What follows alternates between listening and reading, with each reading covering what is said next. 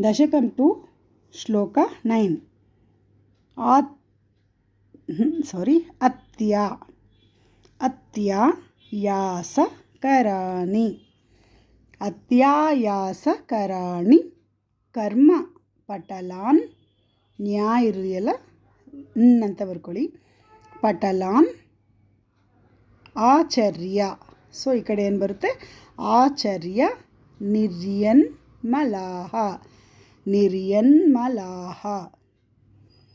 ಬೋಧೆ ಭಕ್ತಿ ಪಥೆ ಥವ ಪ್ಯುಚಿತ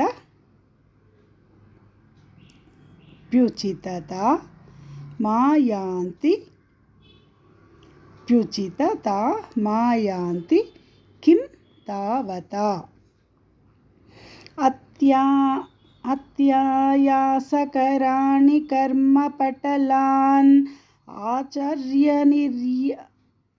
ಆಚರ್ಯ ನಿರ್ಯನ್ಮಲಾಃ ಬೋಧೆ ಭಕ್ತಿಪಥೆ ತವಾಪ್ಯುಚಿತತಾ ಮಾಯಾಂತಿ ಕಿಂ ತಾವತಾ.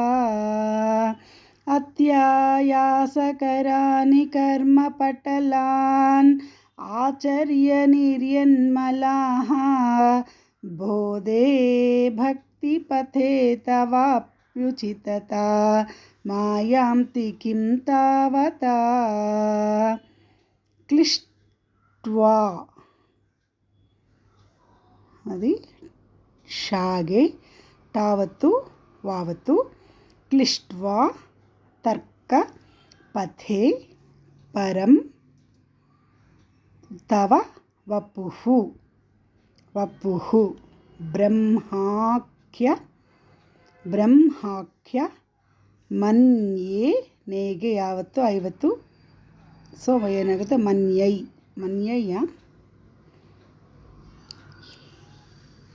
ಮನ್ಯೈ ಪುನಃ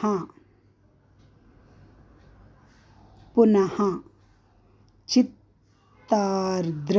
ಸೊ ಇಲ್ಲೇನಾಗುತ್ತೆ? ಚಿತ್ತಾರ್ದ್ರತ್ವ ಮೃತೆ ವಿಚಿಂತ್ಯ ಬಹುಭಿಃ ಸಿದ್ಧ್ಯಂತಿ ಜನ್ಮಾಂತರೈಹಿ. ಏನನ್ಬೇಕು? ಜನ್ಮಾಂತರೈಹಿ. ವಿಸರ್ಗ ಬಂದಿರೋದ್ರಿಂದ ರೈಹಿ.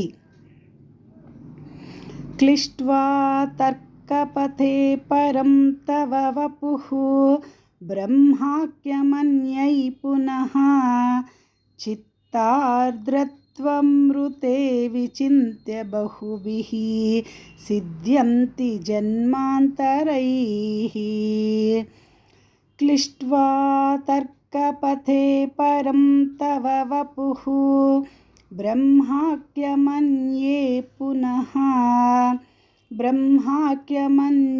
ಪುನಃ ಚಿತ್ತಾರ್ಧತ್ವಂ ಮೃತೆ ವಿಚಿಂತ್ಯ ಬಹುಭಿಃ ಸಿದ್ಧ್ಯಂತಿ ಜನ್ಮಾಂತರೈಃ. ಅತ್ಯಾಯಾಸಕರಾಣಿ ಕರ್ಮಪಟಲಾನ್ ಆಚರ್ಯ ನಿರ್ಯನ್ಮಲಾಃ ಬೋಧೆ ಭಕ್ತಿಪಥೆ ತವಾಪ್ಯುಚಿತತಾ ಮಾಯಾಂತಿ ಕಿಂ ತಾವತಾ. ಕ್ಲಿಷ್ಟ್ವಾ ತರ್ಕಪಥೆ ಪರಂ ತವ ವಪುಃ ಬ್ರಹ್ಮಾಖ್ಯಮನ್ಯೈ ಪುನಃ ಚಿತ್ತಾರ್ದ್ರತ್ವಂ ಮೃತೆ ವಿಚಿಂತ್ಯ ಬಹುಭಿಃ ಸಿದ್ಧ್ಯಂತಿ ಜನ್ಮಾಂತರೈಃ.